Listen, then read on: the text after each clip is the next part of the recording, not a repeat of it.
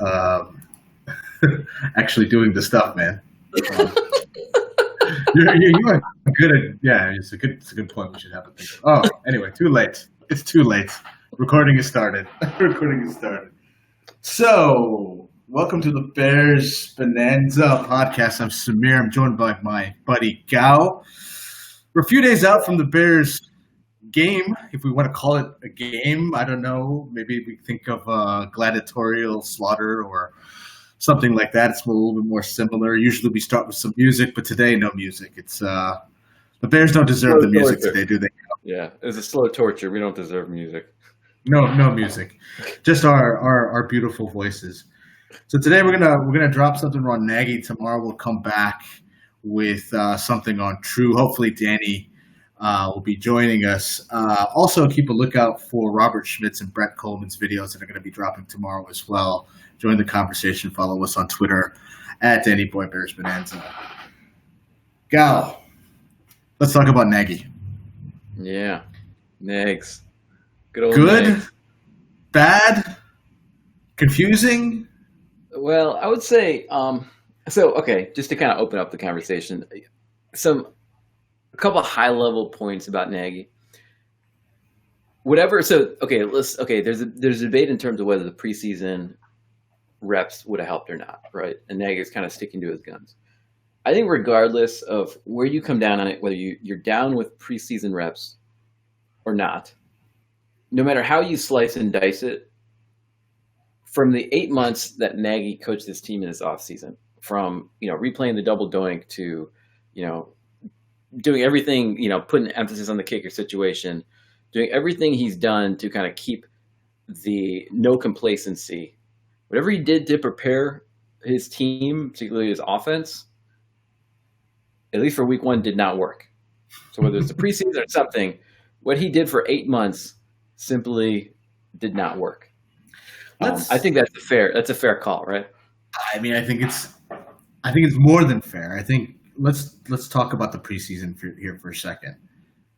I don't think the preseason would have helped with some of the kind of strange play calling. I don't think the preseason would have helped some of the things we saw. However, delay of game, because you have 10 men on the field, takes you out of scoring position. That's a killer, right? That's just a killer. That doesn't you don't have any reps in preseason with your guys. That's what happens, right? It's mistakes like that, and in a game that's so close, you're gonna see this. It's not like Aaron Rodgers played a lot of preseason games either, right? So I think, for the offensive line, I think you absolutely have to have some preseason reps here. They were just completely discombobulated. I think Mitchell Trubisky, he hasn't earned the right to sit. Okay, I mean, Patrick Mahomes played. Tom Brady played in the preseason. Mitchell Trubisky, Drew Brees played in the preseason. Mitchell Trubisky needs those reps. He needs some live action here. And I think Nagy, it's not just the decision, it's the kind of arrogance he had about it that really kind of rubbed me the wrong way in terms of the preseason, right? It was much more the arrogance and then the kind of follow the leader that a lot of the blogosphere took with that, right? There was no real thinking it through. So yeah, the preseason I agree, but are we concerned that this offense is actually more similar to this than maybe something like KC or something like the Rams? Because this is now, we have a big sample now. This is the 20th game. The 18th game. Oh, my math is bad. Yeah, the 18th game of the Nagy offense. This is the 10th time we've scored below 20 points. Is this just what the offense is? Well, I would say a couple points. Going back to your comment in terms of the false start and the false penalties. So there are a couple of things that just reminded me of like the John Fox sort of coaching style, right? Because like what you notice is, especially after a bye, when Fox's team would come off of a bye, you'd notice penalties. The team would find ways to lose, right? And then we actually Yeah, they took a long holiday in the middle somehow, or they got wasted in Mexico. Yeah, like You're so the right. false starts to delay games, and then when we generated momentum, like finding penalties to move us all the way back to a 1st and 40, like something just kind of. This is not characteristic of Nagy, and I don't think he won't necessarily turn it around. But man, something just was way off on this one. This is different. This is different. The team came unprepared. It was not well coached. It was not well coached. Delayed game, false start penalties, shooting ourselves in the foot. The team was not well coached. The offense, I should say, was just not well coached. Yeah, I mean, those are telltale examples of an undisciplined team. Right.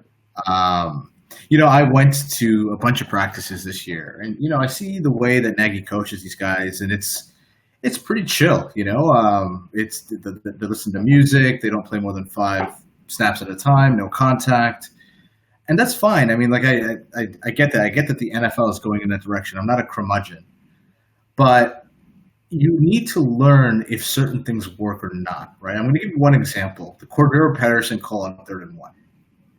I saw that play in practice maybe 5 times. They ran that in 3 different practices.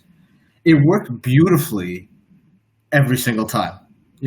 It's because, Leonard Floyd is not trying to rip the head off Cordero Patterson, right? He's not trying to, there's no violence, I suppose, in practice. And you're not replicating that in a way to really kind of let you know what works and what doesn't. The other kind of strange 3rd and 1, where I think Mitch is going for it looks like a quarterback option, where he's kind of going to the outside and going to flick it to the outside. That worked beautifully in practice, but it was a disaster in the game, right? So I see this kind of stuff, and it just makes me wonder why, it's just like, why is he so sure that he's being able to replicate things in practice?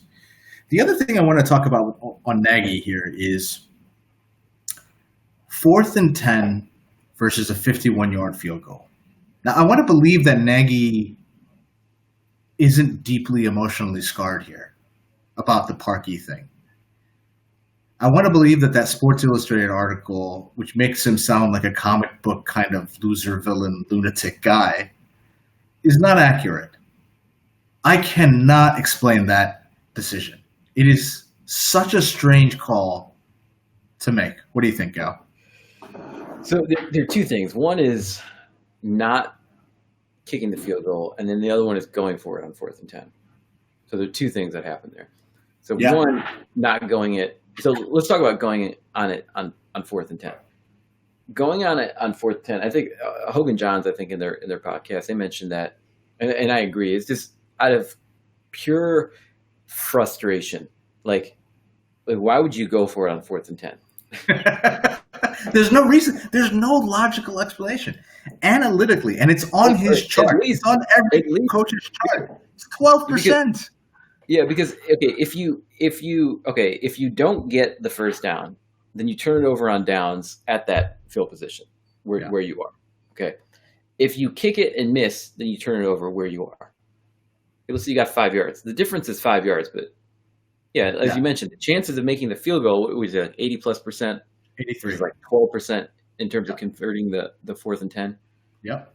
It's just it was something where it's like the game got out of control for Nagy. And I think that was illustrated by the 4th and 10. The fact that he was just hell bent on going for it. He was just frustrated. He just wanted to force it through, and not really thinking logically or rationally about it. And it wasn't even a binary choice. You could always punt it as well. I mean, if you were not sure, you could have just punted it. Pinheiro, the whole reason we got Pinheiro is because he's got a big leg. And on a calm night, not to go for it in a 7-3 game at that point, it's just strange. I think after that play, also, Mitch he lost it. He was gone. He didn't really have it to begin with in that game, but he was just completely. Did you feel? It's crazy. At the end of that game, we were driving at the 20-yard line for the go-ahead touchdown. Did you ever at any point feel like we were going to score there. Well, actually, I felt as I was watching the game, there's something after, and this is just sort of just my feel of it, right? And I felt there was something within Mitch. The camera was on Mitch, but I felt something turned, like sort of switched in Mitch, where after the 10-minute mark, then he kind of mentally there was something. All right, now it's go time. There's something when he sort of gets at that like fourth quarter on the games on the line kind of thing. There's sort of a juice that kicks in. I feel like kicked in for Mitch then, although they didn't get the offense didn't get the ball back until like 6 or 7 minutes on the game clock. Yeah. So I felt something turn. I felt that Mitch was broken after that drive. He drove it down and then he threw the interception, which, you know, maybe we go more into Mitch tomorrow when we talk about it. But that's where I feel kind of Mitch was broken. But I kind of feel like, I mean, with Nagy, I mean, so honestly, like the 3rd and 1 with Cordero Patterson. I mean, I don't have a problem with that. The reason why I don't was because that's just a straight up play. He's not trying to be cute. It's like, all right, this is the biggest, you know, running back we have on our team. I think Bradley Sowell was on the line. Hey, we're going to run it. We're going to run up the middle and we're going to outmuscle you. You know, no ifs, ands, or buts about it. So it's like, I'm not going to like, you know, crap on Nagy for doing trick plays and then crap on him for doing just a normal play. When, you know, he's just being straightforward with his plays. You know, I'm not going to give it on him. But you do have Mike Davis, to be fair. Again, the whole point, you have Mike Davis on the roster, right? The whole point of having Mike Davis. In terms of why. Well, I mean, that goes into the personnel issue. Like, why not? So, I personally, if David Montgomery was in this game, like on more snaps, he just brings a spark to this offense. Agreed. Something special with David Montgomery. And I think that Nagy didn't play him because he's a rookie. But I think that cost us the first game. I think the Montgomery thing, and this is the last thing on Nagy, then we'll move on to Trubisky for tomorrow, but the personnel groupings to me were all wrong. Tariq Cohen is not a wide receiver. You're not getting the best out of Tariq Cohen if you put him at wide receiver. He's not Alvin Kamara, okay? Like, Alvin Kamara is a big dude, you know? Tariq Cohen's 5'6". You know, I mean, and maybe not even that, right? I mean, it's difficult to get a guy like Tariq Cohen the ball as a receiver. He's just so small. It's just, you know, David Montgomery lined up at wide receiver 9 times. It's a strange, I mean, there's something from a personnel perspective, and this doesn't work. And those kind of things are kind of unforgivable to me. I think the cute stuff, and we're going to talk about the cute stuff tomorrow when we talk about Mitch. I think the cute stuff is, listen, I don't think Nagy trusts Mitch at all. I think he has this insecurity about Mitch, and he creates these crazy smoke and mirror show just so that Mitch can complete a 6-yard curl route to Allen Robinson, which he didn't do very well either, right? So it's hard for me to really diss on Nagy when he's created so many opportunities with all the smoke. So that's just kind of my view on Nagy. Gao, do you have any final thoughts before we get out of here? Yeah, I mean, obviously it was a bad game, and you know we're coming down kind of negative. This doesn't mean just talking here with Nagy. I think this game was uncharacteristic of Nagy. I think Nagy will be able to figure it out. I think he's earned the benefit of the doubt, given how we did last year. And yeah, it's just an off performance. I think it's an off performance for Nagy, off performance for the offense, hopefully an off performance for Trubisky. Let's just see how it plays out. You know, I think Nagy, we have to keep in mind, this is his first year coming off of his first season off of that kind of loss. And this is his first off season preparing the team for this first game. So this is new for Nagy. I think he's a smart coach. I think he'll learn from it. But you know, like with Trubisky, like with the offense, he's got to, you know, grow and make the adjustments. So let's see how it plays out. Yeah, I agree with you. I think it's an aberration on Nagy's part. I think it definitely wasn't his best game. There's a lot of things I think he'd like to take back. I think there's a lot of things he'd like to take back in the weeks leading up to this in terms of the preseason and the prep that he had for the game. And I think in terms of personnel, I think there's a lot of things he'd like to take back. But I think overall, from what I see, throws were there to be made. And we're going to talk about that tomorrow when we talk about Mitch. I think Nagy did enough And I think the real kind of worrisome thing here is around Mitch. So watch out for the show tomorrow. We're going to be talking about Mitchell Trubisky, everyone's favorite pretty boy assassin. Until then, guys, see you later. Peace out. Bear down. All right, and it stopped. All right. Bear down.